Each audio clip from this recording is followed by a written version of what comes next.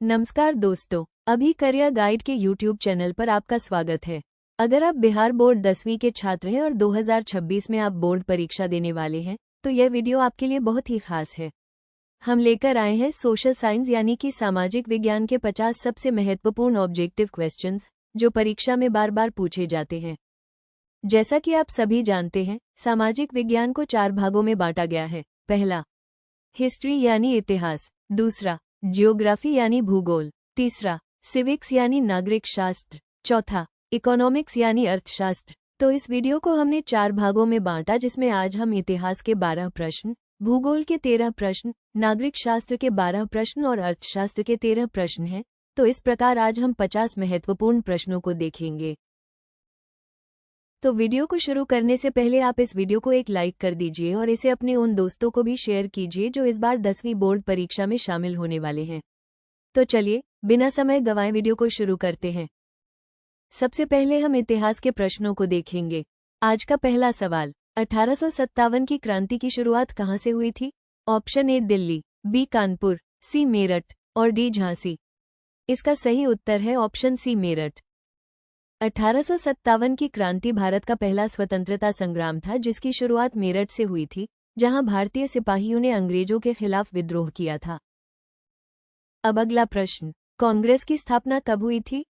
Option A 1885, B 1905, सी 1947 और D 1857। इसका सही उत्तर है ऑप्शन ए 1885। भारतीय राष्ट्रीय कांग्रेस की स्थापना 28 दिसंबर 1885 को तत्कालीन बॉम्बे में हुआ था। इसके पहले अध्यक्ष WC बनर्जी थे। अगला सवाल है, गांधी जी ने पहला आंदोलन कहाँ शुरू किया था? Option A Champaran, B Kheda, C Sabarmati और डी अहमदाबाद। सही उत्तर है ऑप्शन ए चंपारण। गांधी जी ने 1917 में बिहार के चंपारण में नील की खेती करने वाले किसानों के लिए पहला आंदोलन किया था।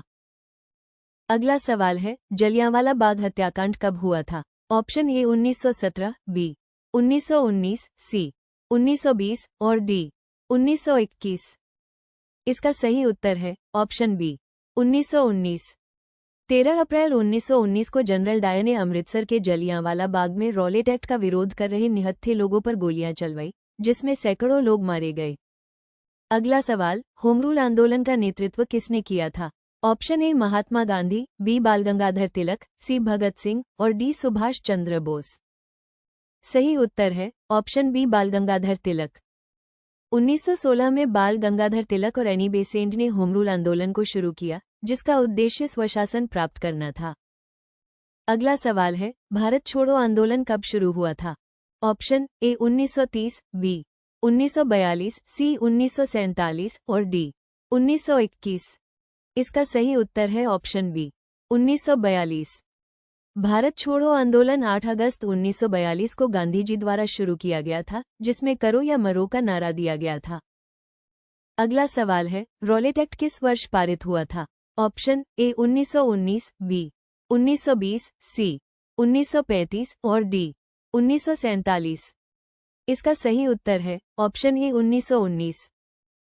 रॉलेट एक्ट 1919 में पारित हुआ। इस कानून के तहत बिना किसी मुकदमे के किसी को भी जेल में डाला जा सकता था, जिससे जनता में आक्रोश फैल गया।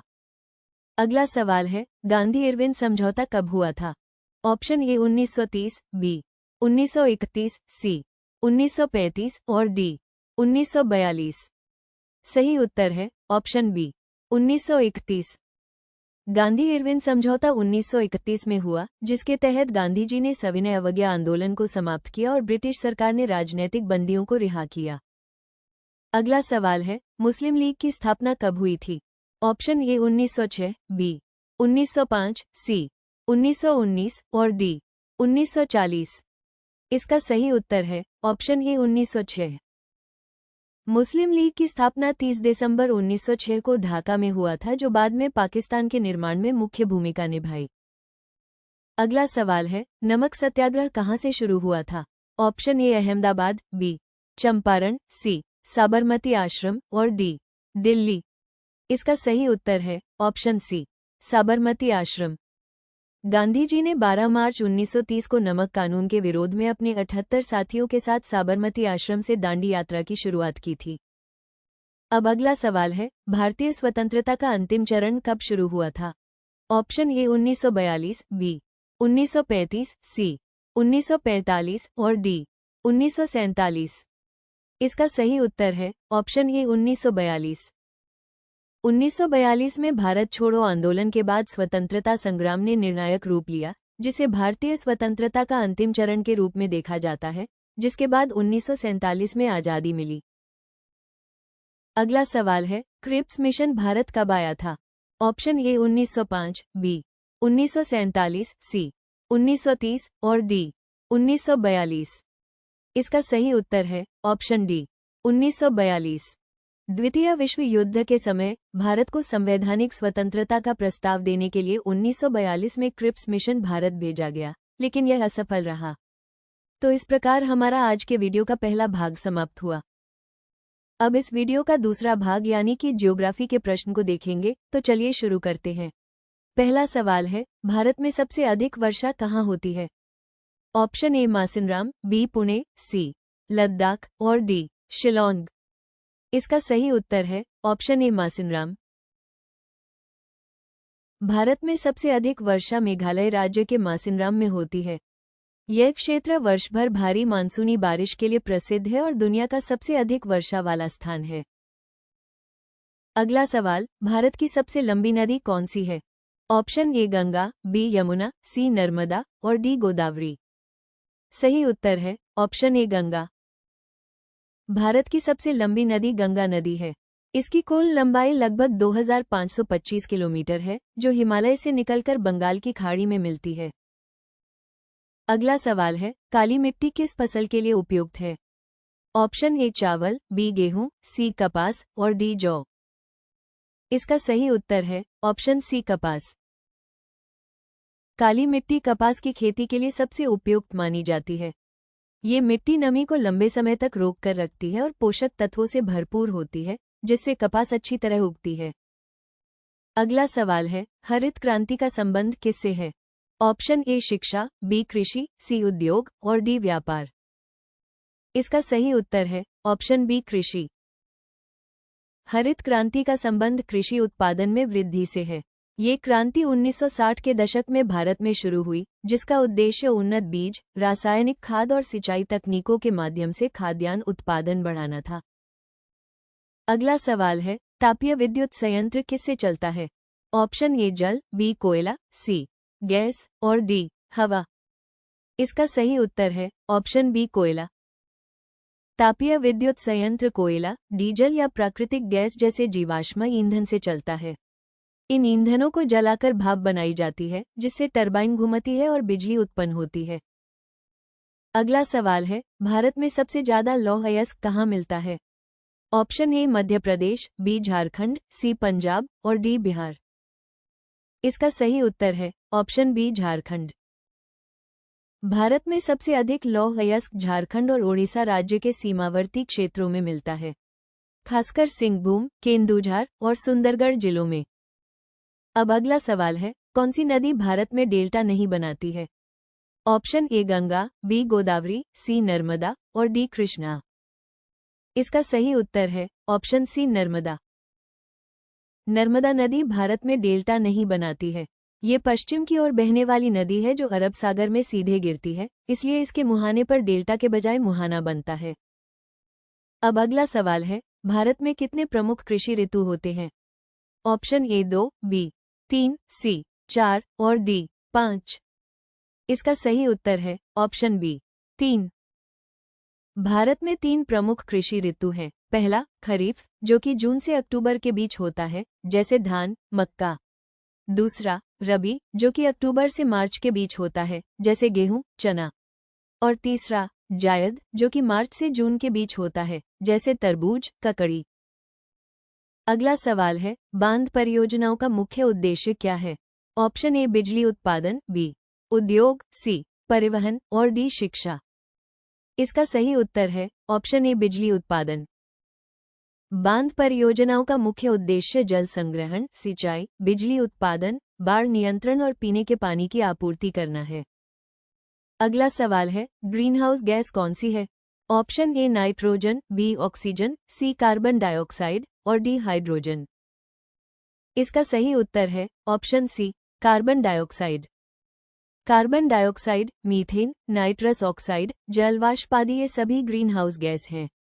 इन गैसों के कारण पृथ्वी का तापमान बढ़ता है, जिसे ग्लोबल वार्मिंग कहा जाता है। अगला सवाल है, कर्क रेखा भारत के कितने राज्यों से होकर गुजरती है? ऑप्शन ए 5, बी 6, सी 7 और डी 8। इसका सही उत्तर है ऑप्शन डी 8। कर्क रेखा भारत के 8 राज्य गुजरात, राजस्थान, मध्य प्रदेश, छत्तीसगढ़, झारखंड, पश्चिम बंगाल, त्रिपुरा और मिजोरम से होकर गुजरती है। ये रेखा भारत को उत्तरी और दक्षिणी भागों में विभाजित करती है। अगला सवाल है, इनमें से कहाँ खनिज तेल पाया जाता है? Option A Jharkhand, B Assam, C Bihar और डी मिजोरम। इसका सही उत्तर है ऑप्शन बी असम। असम में डिगबोई, नाकटिया और मोरिंगड़ जैसे क्षेत्र खनिज तेल के लिए प्रसिद्ध हैं। भारत का पहला तेल का कुआं भी असम के डिगबोई में ही खोदा गया था। अब अगला सवाल है, बंगाल का शोक किस नदी को कहा जाता है? Option A Kosi, B Ganga, C Gandak और डी दामोदर। इसका सही उत्तर है ऑप्शन डी दामोदर। दामोदर नदी बंगाल में बार बार बाढ़ लाती है, जिससे बंगाल में भारी तबाही होती है। इसलिए इसे बंगाल का शोक कहा जाता है।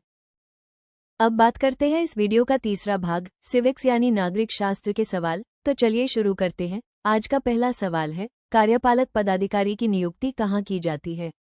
Option A gram panchayat, B nagar nigam, C nagar panchayat और डी नगर परिषद। इसका सही उत्तर है ऑप्शन बी नगर निगम। नगर निगम में कार्यपालक पदाधिकारी की नियुक्ति की जाती है। यह अधिकारी शहरी प्रशासन और विकास कार्यों के क्रियान्वयन की जिम्मेदारी निभाता है। इसकी नियुक्ति राज्य सरकार द्वारा की जाती है। अब अगला सवाल है, निम्न में से कहाँ सामाजिक विभाजन का आधार भाषा था? ऑप्शन ए बेल्जियम, बी उत्तरी आयरलैंड, सी बोलीविया और डी नेपाल। इसका सही उत्तर है ऑप्शन ए बेल्जियम। बेल्जियम में 2 प्रमुख भाषाई समुदाय हैं, डच भाषी और फ्रेंच भाषी।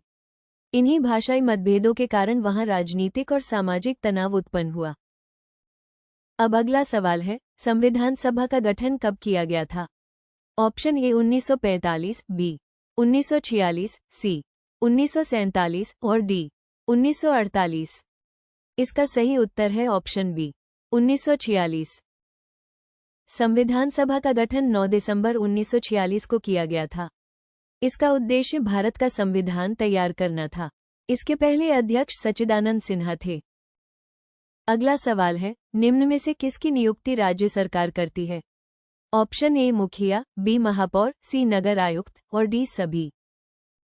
इसका सही उत्तर है ऑप्शन सी नगर आयुक्त। नगर आयुक्त की नियुक्ति राज्य सरकार द्वारा की जाती है। यह नगर निगम का कार्यपालक प्रमुख होता है और शहरी प्रशासन को संचालित करता है। अगला सवाल है, इनमें से क्या क्षेत्रवाद की भावना का एक कुपरिणाम है? ऑप्शन ए अपने क्षेत्र से लगाव, बी अलगाववाद, सी राष्ट्रहित और डी राष्ट्रीय एकता। इसका सही उत्तर है ऑप्शन बी अलगाववाद। क्षेत्रवाद की भावना अगर अत्यधिक हो जाए तो लोग केवल अपने क्षेत्र के हित को प्राथमिकता देने लगते हैं। इससे अलगाववाद बढ़ता है, जो देश की एकता और अखंडता के लिए खतरा बन सकता है। अगला सवाल है, निम्न में से किसे लोकतंत्र का प्राण कहा जाता है? ऑप्शन ए स्थानीय स्वशासन, बी राजनैतिक दल, सी मौलिक अधिकार और डी नीति निदेशक तत्व। इसका सही उत्तर है ऑप्शन सी मौलिक अधिकार। मौलिक अधिकारों को लोकतंत्र का प्राण कहा जाता है क्योंकि ये नागरिकों को स्वतंत्रता, समानता और न्याय सुनिश्चित करते हैं। ये अधिकार लोकतांत्रिक व्यवस्था को मजबूत और जीवंत बनाए रखते हैं। अगला सवाल है, निम्न में से कहाँ एकात्म शासन व्यवस्था है? Option A Bharat, B America, C Australia और डी इंग्लैंड। इसका सही उत्तर है ऑप्शन डी इंग्लैंड। इंग्लैंड में एकात्मक शासन व्यवस्था है जिसमें सत्ता का केंद्रीकरण होता है। इसमें केंद्र सरकार सर्वोच्च होती है और राज्यों या स्थानीय निकायों को सीमित शक्तियां दी जाती हैं। अगला सवाल है, स्थानीय स्वशासन को संविधान के किस अनुच्छेद में स्थान दिया गया है? ऑप्शन ए अनुच्छेद 31, बी अनुच्छेद 35, सी अनुच्छेद 40 और डी अनुच्छेद 42। इसका सही उत्तर है ऑप्शन सी अनुच्छेद 40। स्थानीय स्वशासन को संविधान के अनुच्छेद 40 में स्थान दिया गया है। ये भारतीय संविधान के नीति निदेशक तत्वों का हिस्सा है। अनुच्छेद 40 में राज्य को निर्देश दिया गया है कि वो ग्राम पंचायतों का गठन करे और उन्हें स्वशासन के अधिकार प्रदान करे। अगला सवाल है, राजनैतिक दलों की नींव सर्वप्रथम किस देश में पड़ी थी? Option A England, B Bharat, C France और डी अमेरिका। इसका सही उत्तर है ऑप्शन ए इंग्लैंड। इंग्लैंड में 17वीं शताब्दी में दो प्रमुख दल बने, व्हिग और टोरी। यही आगे चलकर आधुनिक राजनीतिक दल के रूप में विकसित हुए। इसलिए इंग्लैंड को राजनीतिक दलों की जन्मस्थली भी कहा जाता है। अब अगला सवाल है, 1974 के जन संघर्ष को किस नाम से जाना जाता है? ऑप्शन ए हरित क्रांति, बी संपूर्ण क्रांति, सी इंद्रधनुषीय क्रांति और डी श्वेत क्रांति। इसका सही उत्तर है ऑप्शन बी संपूर्ण क्रांति। संपूर्ण क्रांति की शुरुआत जयप्रकाश नारायण ने बिहार से की थी। बाद में यह आंदोलन राष्ट्रीय स्तर पर फैल गया और इंदिरा गांधी सरकार के खिलाफ एक बड़ा जन आंदोलन बन गया। अगला सवाल है, मुद्रा, बैंकिंग, संचार जैसे मामले किस सूची में रखे गए हैं? ऑप्शन ए संघ सूची, बी राज्य सूची, सी समवर्ती सूची और डी इनमें से सभी। इसका सही उत्तर है ऑप्शन ए संघ सूची। संघ सूची में वे विषय आते हैं जिन पर केवल केंद्र सरकार को कानून बनाने का अधिकार होता है। इसमें सुरक्षा, विदेश नीति, मुद्रा, बैंकिंग, डाक, दूरसंचार जैसे राष्ट्रीय महत्व के विषय शामिल होते हैं। अब अगला सवाल है, भारत का 22वां राज्य कौन है? Option A Goa, B Mizoram, C Sikkim और डी मणिपुर। इसका सही उत्तर है ऑप्शन सी सिक्किम। सिक्किम को 16 मई 1975 को भारत का 22वां राज्य बनाया गया था। इससे पहले यह एक स्वतंत्र रियासत था जिसे जनमत संग्रह के बाद भारत में शामिल किया गया था। अब शुरू करते हैं इस वीडियो का चौथा और आखिरी भाग, जिसमें इकोनॉमिक्स यानी अर्थशास्त्र के सवाल हैं। तो चलिए शुरू करते हैं। पहला सवाल, गरीबी रेखा मापने का आधार क्या है? ऑप्शन ए शिक्षा, बी आय, सी जाति और डी लिंग। इसका सही उत्तर है ऑप्शन बी आय। गरीबी रेखा को मापने का मुख्य आधार व्यक्ति की आय और उपभोग क्षमता होती है। इसमें यह देखा जाता है कि व्यक्ति अपनी मूलभूत आवश्यकताएं जैसे भोजन, कपड़ा, आवास, स्वास्थ्य और शिक्षा पूरी कर पा रहा है या नहीं। अगला सवाल है, बेरोजगारी किस क्षेत्र में अधिक है? ऑप्शन ए ग्रामीण, बी शहरी, सी औद्योगिक और डी सेवा। इसका सही उत्तर है ऑप्शन ए ग्रामीण। भारत में बेरोजगारी सबसे अधिक ग्रामीण क्षेत्रों में पाई जाती है, विशेषकर कृषि क्षेत्र में। यहाँ छिपी बेरोजगारी अधिक होती है, जहाँ कई लोग कम काम में लगे रहते हैं। अब अगला सवाल है, बैंक क्या करता है? ऑप्शन ए शिक्षा देता है, बी पैसा छापता है, सी ऋण देता है और डी कानून बनाता है। इसका सही उत्तर है ऑप्शन सी ऋण देता है। बैंक लोगों से जमा पैसा लेता है और उसे जरूरतमंदों को ऋण के रूप में देता है। साथ ही बैंक ब्याज, लेन देन और सुरक्षित बचत की सुविधा भी देता है। अब अगला सवाल है, मुद्रा का प्रमुख कार्य क्या है? ऑप्शन ए खेल, बी शिक्षा, सी युद्ध और डी व्यापार। इसका सही उत्तर है ऑप्शन डी व्यापार। मुद्रा का प्रमुख कार्य व्यापार में विनिमय का माध्यम बनना है। यह वस्तुओं और सेवाओं के लेन देन को सरल बनाती है और मूल्य मापन का कार्य भी करती है। अगला सवाल है, महंगाई बढ़ने से क्या होता है? ऑप्शन ए कीमत बढ़ती है, बी कीमत घटती है, सी कोई असर नहीं और डी रोजगार बढ़ता है। इसका सही उत्तर है ऑप्शन ए कीमत बढ़ती है। महंगाई बढ़ने से कीमतें बढ़ती हैं, जिससे वस्तुएं और सेवाएं महंगी हो जाती हैं। इसका असर आम लोगों की खरीदने की क्षमता पर पड़ता है और जीवनयापन महंगा हो जाता है। अब अगला सवाल है, मानव पूंजी में कौन शामिल है? ऑप्शन ए मशीन, बी संसाधन, सी व्यक्ति और डी धन। इसका सही उत्तर है ऑप्शन सी व्यक्ति। मानव पूंजी में व्यक्ति शामिल होता है जो शिक्षा, कौशल, स्वास्थ्य और अनुभव से संपन्न होता है। ये पूंजी देश की आर्थिक वृद्धि और विकास में महत्वपूर्ण भूमिका निभाती है। अगला सवाल है, जनधन योजना का मुख्य उद्देश्य क्या है? ऑप्शन ए खाना देना, बी शिक्षा, सी बिजली और डी बैंकिंग सुविधा देना। इसका सही उत्तर है ऑप्शन डी बैंकिंग सुविधा देना। जनधन योजना का मुख्य उद्देश्य है सभी नागरिकों को बैंकिंग सुविधा देना। ये योजना गरीबों को जीरो बैलेंस खाता, बीमा और सब्सिडी जैसी सुविधाएं उपलब्ध कराकर वित्तीय समावेशन को बढ़ावा देती है। अगला सवाल है, सार्वजनिक वितरण प्रणाली का कार्य क्या है? ऑप्शन ए स्कूल खोलना, बी टैक्स लेना, सी खाद्यान्न वितरण और डी सड़क बनाना। इसका सही उत्तर है ऑप्शन सी खाद्यान्न वितरण। सार्वजनिक वितरण प्रणाली का मुख्य कार्य खाद्यान्न वितरण है। ये प्रणाली गरीब और जरूरतमंद लोगों को सस्ती दरों पर चावल, गेहूं, चीनी आदि आवश्यक वस्तुएं उपलब्ध कराती है ताकि भोजन सुरक्षा सुनिश्चित हो सके। अब अगला सवाल है, श्रमिक दिवस कब मनाया जाता है? ऑप्शन ए 26 जनवरी, बी 2 अक्टूबर, सी 14 नवंबर और डी 1 मई। इसका सही उत्तर है ऑप्शन डी 1 मई। श्रमिक दिवस हर साल 1 मई को मनाया जाता है। इसे अंतर्राष्ट्रीय मजदूर दिवस भी कहा जाता है। इसका उद्देश्य श्रमिकों के अधिकारों की रक्षा और सम्मान सुनिश्चित करना है। अब अगला सवाल है, भारत की जनगणना कितने वर्षों में होती है? ऑप्शन ए 5, बी 15, सी 10 और डी 20। इसका सही उत्तर है ऑप्शन सी 10। भारत में जनगणना हर 10 वर्षों में एक बार होती है। ये कार्य भारत सरकार के रजिस्ट्रार जनरल और जनगणना आयुक्त द्वारा किया जाता है। आखिरी बार जनगणना 2011 में हुई थी। अगला सवाल है, बेरोजगारी की सबसे बड़ी समस्या किस वर्ग को होती है? ऑप्शन ए अमीर, बी गरीब, सी व्यापारी और डी अधिकारी। सही उत्तर है ऑप्शन बी गरीब। बेरोजगारी की सबसे बड़ी समस्या गरीब वर्ग को होती है क्योंकि उनके पास शिक्षा, कौशल और संसाधनों की कमी होती है। इससे उनकी आय सीमित रहती है और जीवन कठिन हो जाता है। अगला सवाल है, शिक्षा का सबसे बड़ा लाभ क्या है? ऑप्शन ए मनोरंजन, बी जागरूकता, सी खर्च बढ़ाना और डी तनाव। इसका सही उत्तर है ऑप्शन बी जागरूकता। शिक्षा का सबसे बड़ा लाभ जागरूकता है। यह व्यक्ति को अधिकार, कर्तव्य और समाज की समस्याओं को समझने योग्य बनाती है।